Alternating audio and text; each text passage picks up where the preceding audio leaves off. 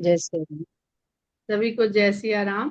रामचरितमानस बाल कांड दोहा संख्या 210 पर हम लोग दोहा संख्या 210 के पहले तब मुनि सादर कहा बुझाई यहाँ से आरंभ करेंगे। तब मुनि सादर कहा बुझाई, चरित एक प्रभु देखिए जाई। धनुष यज्ञ सुनि रघुकुल नाथा, हरसि चले मुनिवर के साथ। और धनुष यज्ञ जो है वो बालकांड का बहुत ही पसंदीदा प्रसंग है बहुत सारे लोगों का। पर वहां पर ये देखेगा कि यज्ञ को समझने का प्रयास करेगा कि गोस्वामी जी धनुष यज्ञ लिखते हैं और वहां पर यज्ञ जिसको हम लोग समझते हैं, है ना, उसका कहीं कोई जिक्र नहीं कि ना कोई वेदी। वेदी है पर उस वेदी पर अहंकार रूपित वेदिका तो बनाई है, उसमें लिखा हुआ है कि वेदिका बनी है, उसके ऊपर धनुष रखा हुआ है।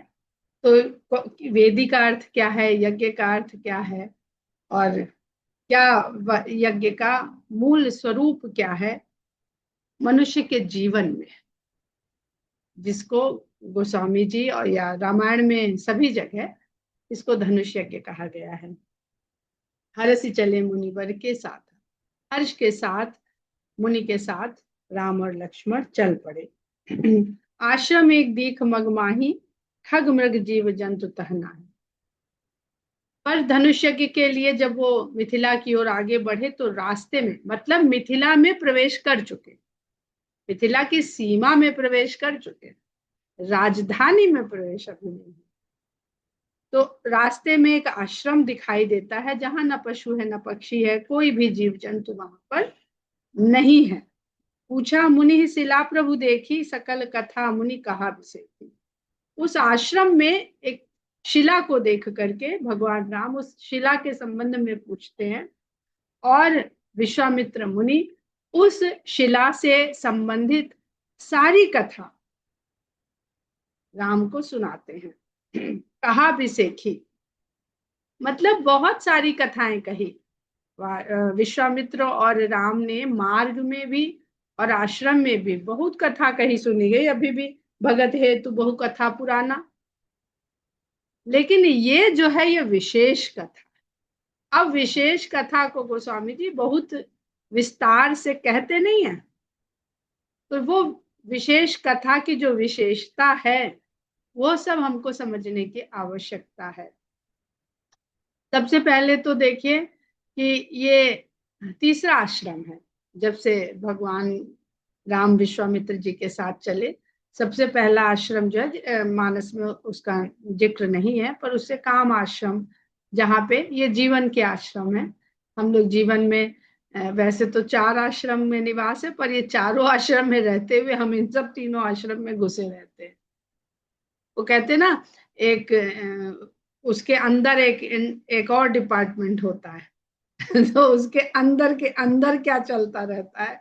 हम चाहे ब्रह्मचर्य आश्रम में होते हैं तो भी इन तीन के जो अलग अलग विभाग है वहां घुस जाते हैं। काम आश्रम है, सिद्धाश्रम है और गौतम आश्रम है। ठीक है। उसी प्रकार जब विश्वामित्र के साथ भगवान राम चले तो सबसे पहले काम आश्रम, और वहां पे कामना रूपी तारका का वध। जीवन में जो भी करें वो किसी कामना की पूर्ति के लिए मत करें, स्व की कामना रख के ना करें कि हमने ये किया।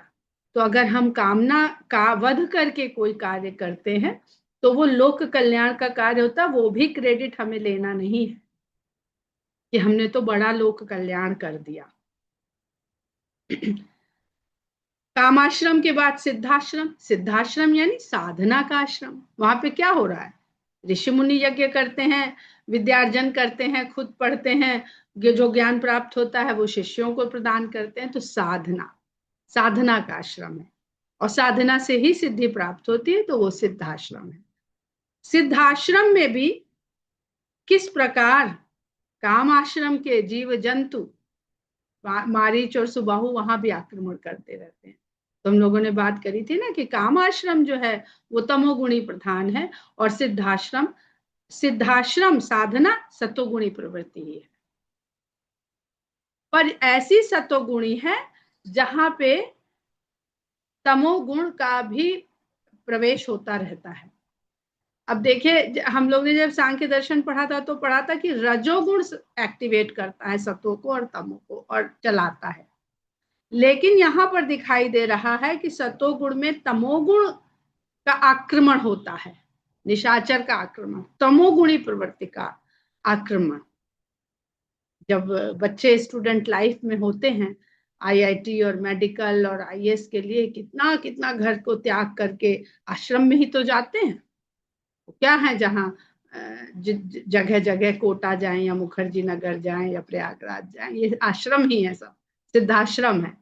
पर वहां पर तारका, मारीच, सुबाहु सबका आक्रमण होता है, तो ना काम तारका का वध कर पाते हैं वो, और ना सुबाहु को भस्म कर पाते हैं, और मारीच को थोड़ा बहुत ढकेलते रहते हैं दूर। वो बार बार उनके जीवन में आता है। तो ये जब यहाँ पर जो कार्य था, जब भगवान राम उसको पूरा करते हैं, तब आगे बढ़ते हैं जीवन पथ पर, जीवन की यात्रा में, और गौतम आश्रम में पहुंचते हैं। तो गौतम आश्रम दाम्पत्य का आश्रम है, और उन्हें दाम्पत्य में प्रवेश करवाने ले जा रहे हैं विश्वामित्र जी। तो ऐसे ही तो होता है ना, इंटर्नशिप हो गई और चलो भाई अब लड़का लड़की देखें और अच्छी मैचिंग करवाई जाए। तो उसी तरह से दाम्पत्य का आश्रम है गौतम आश्रम।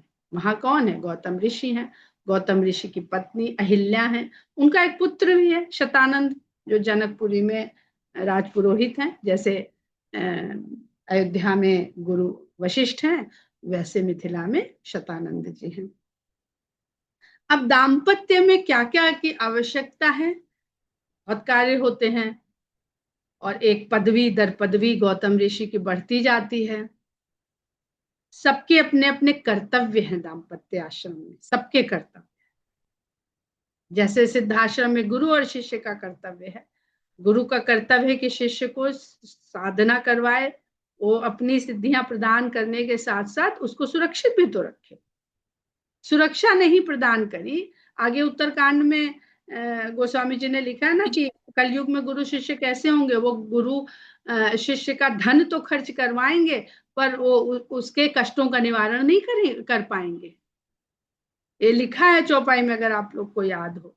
तो गुरु का केवल इतना नहीं है कि भाई धन खर्च कर दो, हमने पढ़ा दिया, अब तुम जानो तुम्हारा काम। उसको सुरक्षा प्रदान करना भी गुरु का कर्तव्य है। तो उसके बाद जब हम लोग अब देख रहे हैं कि दाम्पत्य, और दाम्पत्य आया कहाँ राम के जीवन? मिथिला की नगरी में प्रवेश करते दाम्पत्य आश्रम का दर्शन हुआ, और करवाया किसने? विश्वामित्र ने। और वहां पर शिला, और शिला के बारे में जो विशेष कथा उन्होंने बताई कि भाई गौतम ऋषि हैं, उनकी पत्नी थी, और ऐसे ऐसे इंद्र का आगमन हुआ उनके जीवन में, और इंद्र के कारण वो अपनी कामनाओं को, दाम्पत्य में भी ये सब आएगा, दाम्पत्य आश्रम में भी, जो इधर हमने बताया तमोगुणी प्रवेश करेगा, तो वहां क्या रूप धर के प्रवेश करता है? विषय कामनाएं। इंद्र का आना, इंद्र विषय कामना है। गौतम ऋषि आप कह सकते हैं कि विवेक, बुद्धि में विवेक का, क्योंकि बहुत सुंदर गोस्वामी जी ने अहिल्या के लिए एक शब्द प्रयोग किया है, विनती प्रभु मोरी मैं मति भोरी।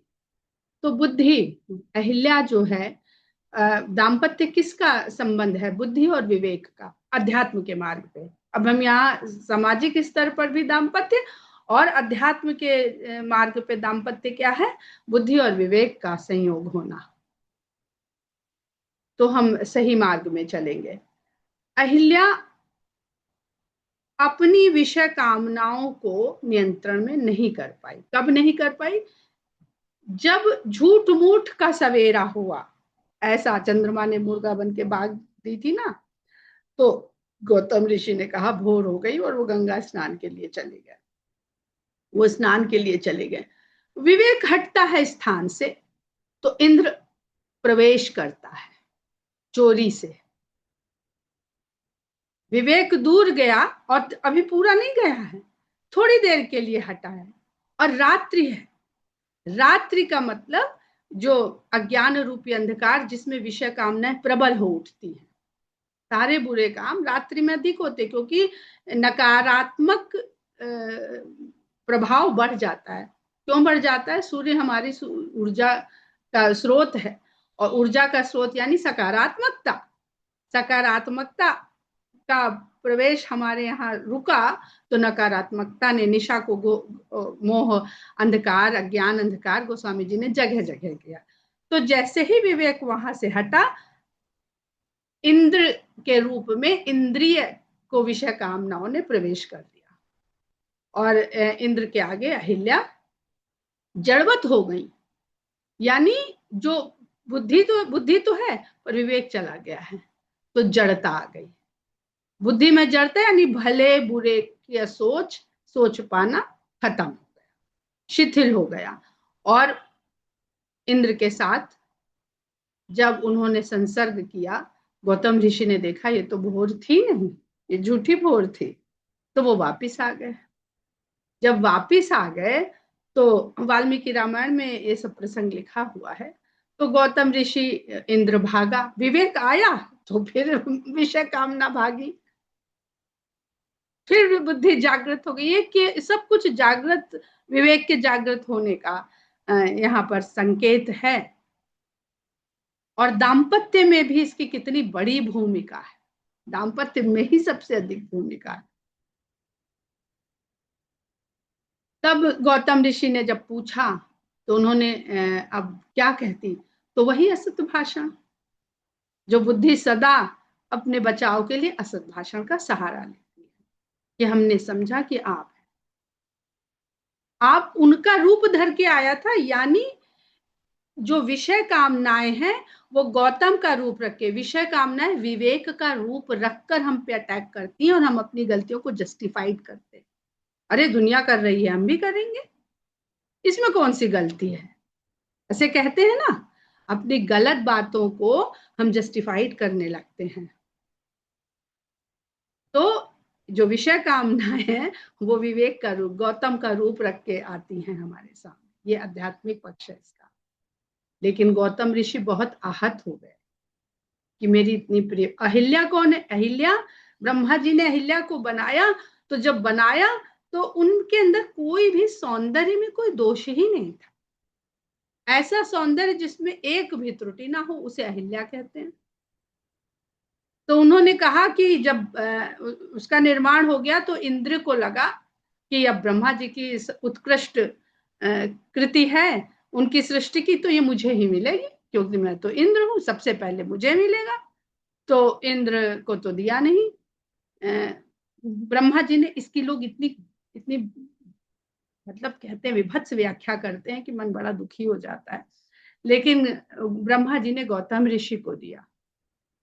गौतम ऋषि ने अहिल्या को अपने यहाँ संरक्षण में रखा, और ब्रह्मा जी जब लेने आए तो उन्हें जस का तस दे दिया। इसका अर्थ क्या है? ज्यों की त्यों धर देनी चदरिया, झीनी रे झीनी। चदरिया में खाली तन थोड़ी है, मन बुद्धि चित्त सब है। अहंकार ही उसको मैला करता है, और कुछ मैला नहीं करता। तो चाहे कबीर कह रहे हो, चाहे तुलसी कह रहे हो, बात एक ही कही जा रही है।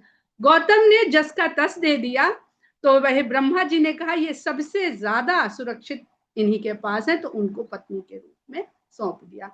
विवेक के पास बुद्धि रहेगी तो वो कभी दोष पूर्ण नहीं होने पाएगी, वो सदा निर्दोष रहेगी। और निर्दोष का ही अर्थ भोली होता है। जो अभी आगे बहुत सुंदर ये जो स्तुति है ना अहिल्या की, बहुत सुंदर स्तुति है। पहले इसलिए बता दे रहे हैं कि जब इसको पढ़ेंगे तो आप लोग को एक एक शब्द में उसका आनंद आएगा। और उन्हें सौंप दिया गौतम ऋषि को। पर इंद्र की आंख तो शुरू से थी इस फिराक में। विषय कामना हमें घेरे रहते हैं कि कब हमारी बुद्धि पर वो कब्जा करें, तो विवेक को हटाने का प्रयास करते रहते हैं। विषय कामना और अहंकार एक परिवार के हैं, पर दोनों में थोड़ा भेद है। तो अब ये तो समझ में आ गया। तो गौतम ऋषि इतने आहत हुए, उन्होंने कहा क्या तुम जड़ हो, पाषाणवत हो, जो तुम अपने पति का स्पर्श नहीं समझ पाई, और तुमने इंद्र को समझ लिया कि मैं हूं। अब इसको सांसारिक पक्ष से रख के देखिए, हम लोग बहुत बड़े फेमिनिस्ट होते जा रहे हैं। हमें लगता है सताई तो केवल स्त्री ही जाती है, भावनाएं तो सिर्फ स्त्री के पास ही है, धोखा तो स्त्री को ही होता है, शोषण तो स्त्री का ही होता है। ऐसा नहीं है। संसार में भगवान ने स्त्री पुरुष को समान बनाया है।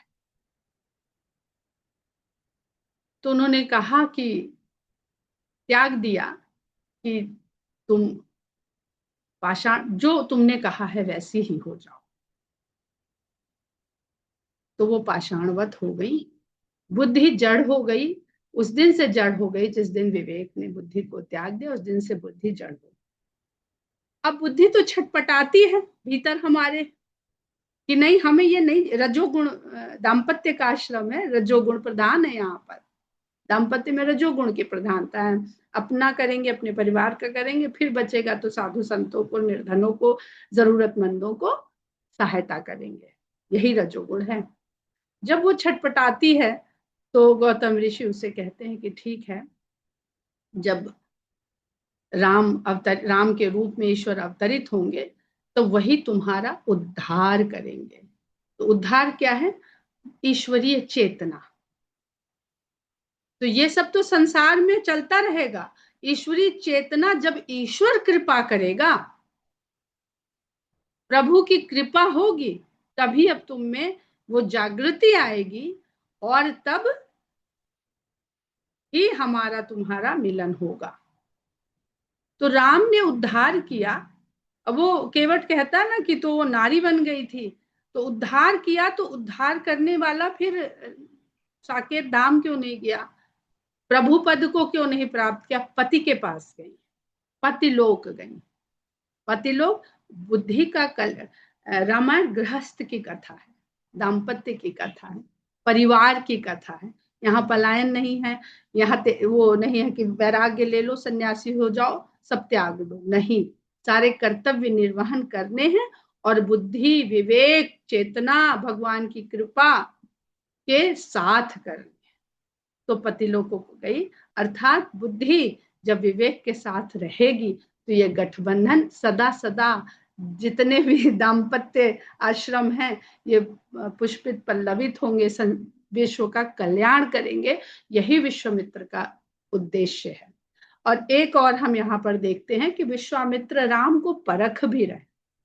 उन्होंने राम का शौर्य सुना, वीरता की कथाएं सुनी, तो अयोध्या के और मांग के लाए। वो शौर्य देख भी लिया कि कितना आज्ञाकारी है ये युवक किशोर, कि मेरे कहने मात्र से इसने ताड़का का वध कर दिया, और कितना सहज है, सरल है, कि इसके बिल्कुल ये नहीं है कि मैंने ये कर दिया। वही विनीत भाव है। जो भी हम दे रहे हैं उसको ऐसे ले रहा है जैसे कुछ विद्या निधि को विद्या दी, कि कितनी ग्राह्यता है इसके अंदर। तो शौर्य तो देख लिया, और विश्वामित्र तो विवाह कराने निकले हैं, राम को दाम्पत्य में बांधने निकले हैं। तो स्त्रियों के प्रति इसकी सोच क्या है? ये क्या, कैसा सोच है, कैसी करुणा है इसके अंदर? तो जब वो उन्होंने देखा, तो जो हमने विश्वामित्र के राम मेरी पुस्तक है उसमें इसी तरह के भावों को हमने लिखने का प्रयास किया है। हालांकि मेरा बहुत मौलिक नहीं है, बहुत जगह से पढ़ा, उसके बाद जो मन में भाव आए उसको लिखने का प्रयास किया। तो शौर्य देख लिया, और अहिल्या के द्वारा उन्होंने भगवान राम की चाय के करुणा, लिए रखा है, मैं तो पी रहे हैं। करुणा 2 देखी। कप है वो। समाज में ये, अब हम फिर समाज में आ जाते हैं अध्यात्म से, कि समाज में तो ये व्याप्त है कि स्त्री को दोषी पा करके उसका त्याग कर दिया गया। तो ये क्या सोचता है इसके बारे में? इसको फिर कभी जोड़कर हम लोग सीता के साथ इसको इसकी चर्चा करेंगे। वो भी कुछ लिखे हुए हमने इस तरह के प्रसंग भी। तो अब हम लोग आगे बढ़ते हैं कि गौतम नारी श्राप बस उपल देह धरि धीर, चरण कमल रज चाहती कृपा करहु रघुबीर। ये गौतम की स्त्री है, ये जो शिला दिखी उन्होंने कि ये गौतम की स्त्री है, श्राप के कारण इसने ये पाषाण की देह धारण कर ली है और धीरता के साथ यहाँ पर विराजमान है। चरण कमल रज चाहते, ये आपके चरण कमलों की धूल चाहती है, हे रघुवीर कृपा। अब भगवान क्यों चरणों में रज लगाते हैं ये भी यहाँ पर समझ में आता है। परसत पद पावन शोक न सामन, प्रगट भई तप पुंज सही, देखत रघुनायक जन सुखदायक, सन्मुख होई कर जोरी रही, अति प्रेम अधीरा पुलक शरीरा, मुख नहीं आवई बचन कही, अतिशय बड़ भागी चरणन लागी, जुगल नयन जलधार। भगवान के पद का स्पर्श होते हुए ही शोक का नाश करने वाले जो भगवान के चरण हैं, पवित्र चरण, उनका स्पर्श पाते ही वो तप पुंज के रूप में प्रकट हो गई, जैसे कोई तपस्विनी वहां पर शिला के अंदर बैठी हुई थी। देखत रघुनायक, रघुनायक को देखते ही जो सभी लोगों को सुख देने वाले हैं, उनके सामने हाथ जोड़ करके खड़ी हो गई। अति प्रेम अधीरा, प्रेम में अधीर हो गई, पुलक शरीरा, शरीर पुलकित हो गया, मुख नहीं आवई वचन के, मुख से कोई बोल नहीं निकलता। अतिशय बड़ भागी, अपने आप को अत्यधिक भाग्यशाली इस समय मान रही है और चरणों में राम के गिर पड़ती है।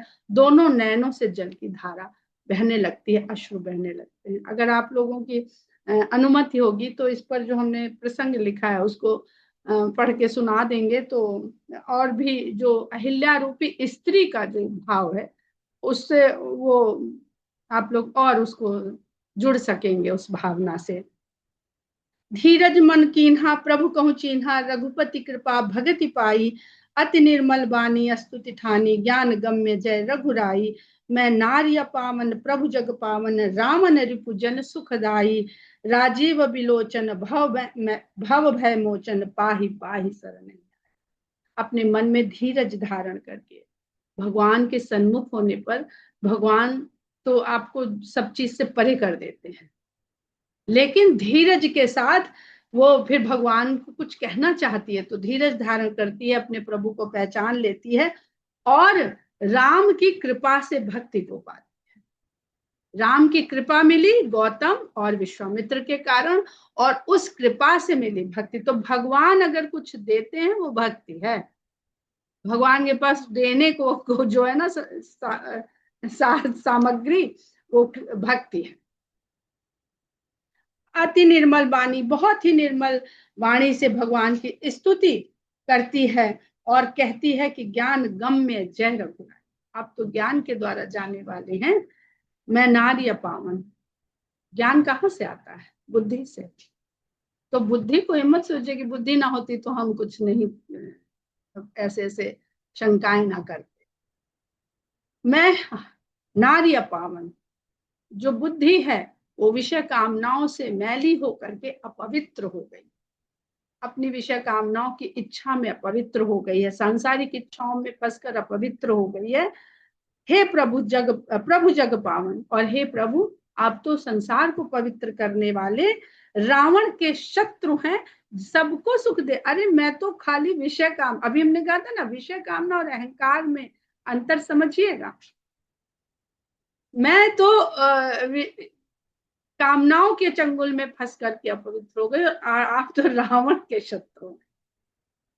अब यहाँ पर कहते हैं कि बुद्धि और बुद्धि में दृष्टि, दृष्टि आंख वाली दृष्टि नहीं, बुद्धि से दृष्टि जो ज्ञान प्रदान करती है वो दृष्टि, जिसको ज्ञान चक्षु कहते हैं, प्रज्ञा कहते हैं। जो अहिल्या, अब जो कथा जिस तरह से कही जाती है उस तरह से भाई उसने कह दिया कि हम नहीं पहचान पाए कि आप, झूठ था सच था मान लेते हैं, सच कहा कि भाई नहीं पहचान पाई।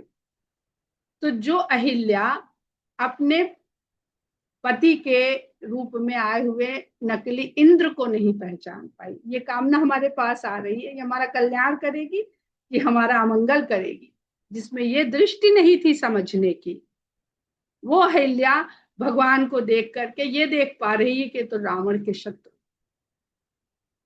यानी भविष्य दृष्टा हो गई, जो वर्तमान नहीं देख पा रही है वर्तमान के सत्य को नहीं समझ पा रही है, वो भविष्य का सत्य देखने वाली हो गई।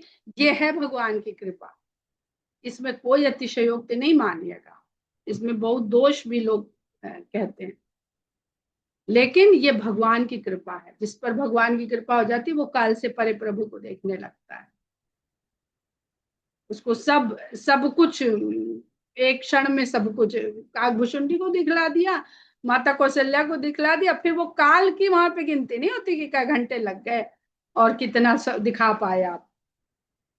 राजीव बिलोचन, क्योंकि आप नैन राजीव के समान है, कमल के समान है, और ये नयन की दृष्टि जिस पर पड़ गई, कृपा दृष्टि, उसको वही दृष्टि मिल गई जैसे आप सर्वज्ञ हैं, वो भी सर्वज्ञ हो गई, जानने लगी सब। भव है मोचन, आप संसार के भय से छुड़ाने वाले हैं। मैं आपके शरणों में आई हूँ, मेरी भी रक्षा कीजिए।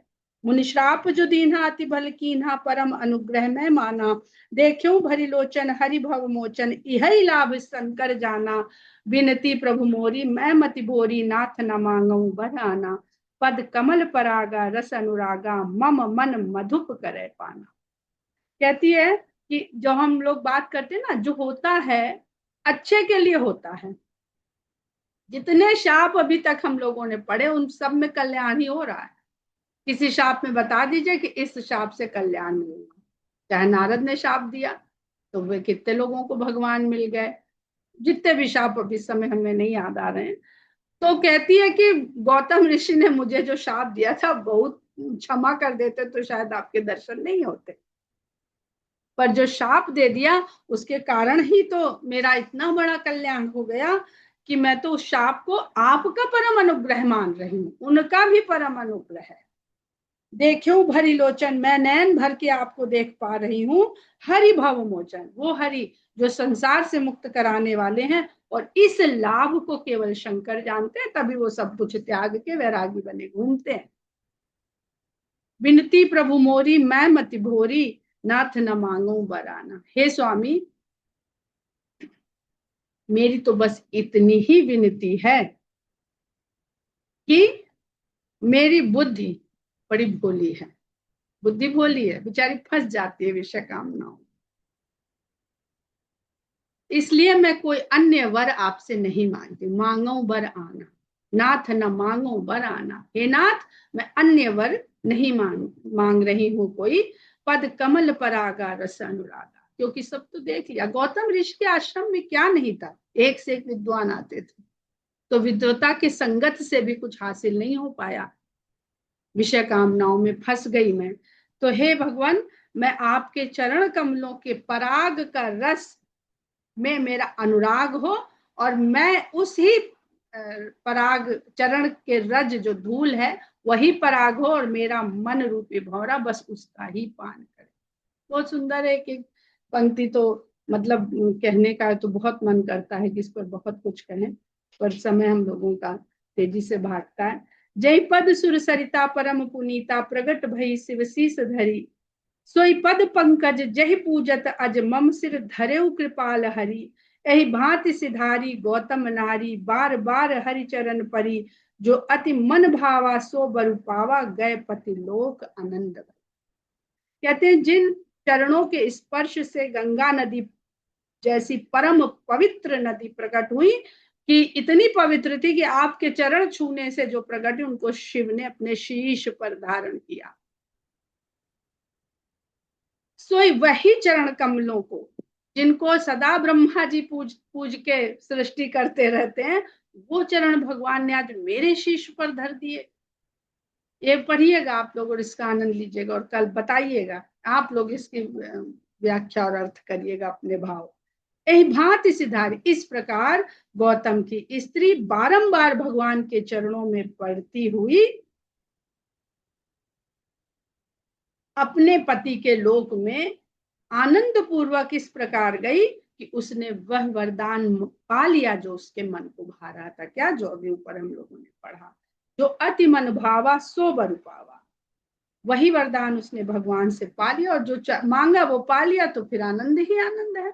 तो बुद्धि को भगवान की कृपा मिल गई, भगवान की कृपा से भगवान की भक्ति मिल गई, तो बुद्धि में फिर से चेतना का संचार हो गया, भगवान ईश्वरी चेतना, राम चेतना का संचार हो गया। अब उस इस बुद्धि को विवेक से मिलने से कौन रोक सकता। और ऐसा परम सुंदर मिलन करने के लिए वो अपने पति के लोक को चली गई। अस प्रभु दीन बंधु हरिकारण रहित दयाल तुलसीदास सठ ते ही भजु छाड़ी कपट जंजाल। तुलसीदास जी यहाँ पे अभिभूत हो जाते हैं। अहिल्या का जो समर्पण है, जो भक्ति भाव है, उससे इतने अभिभूत हो जाते हैं कि वो कह उठते हैं कि अस प्रभु दीन बंधु हरि कारण रहित दया। ऐसे दीनों के बंधु मेरे प्रभु, जो बिना किसी कारण के दया करते फिरते हैं। तुलसीदास जी कहते हैं कि ऐसे प्रभु को छोड़ करके सटते ही भज छाड़ी कपट जंजाल। ये जो संसार का कपट और जंजाल, इसको छोड़ करके हे मूर्ख तुलसीदास, ऐसे भगवान को भज। तो ये आज का अहिल्या प्रसंग है, मेरा बहुत बहुत ही प्रिय प्रसंग है। और इसमें जितनी बार हम पढ़ते हैं उतनी बार हमें इसमें कुछ नया ही इसमें मिलता है। यहीं पर आज हम लोग विराम लेते हैं, और एक दो दिन हम लोग अवश्य अहिल्या प्रसंग का आनंद उठाएंगे। और जो भी भ्रांतियां इस प्रसंग को लेकर के संसार में व्याप्त हैं, आप लोग बातचीत से, अपने आसपास बातचीत करके और लोगों को जागृत करिए, लोगों को पता तो चले कि अहिल्या प्रसंग में गोस्वामी जी ने कितना बड़ा भाव भर दिया है दाम्पत्य का। जय श्री राम।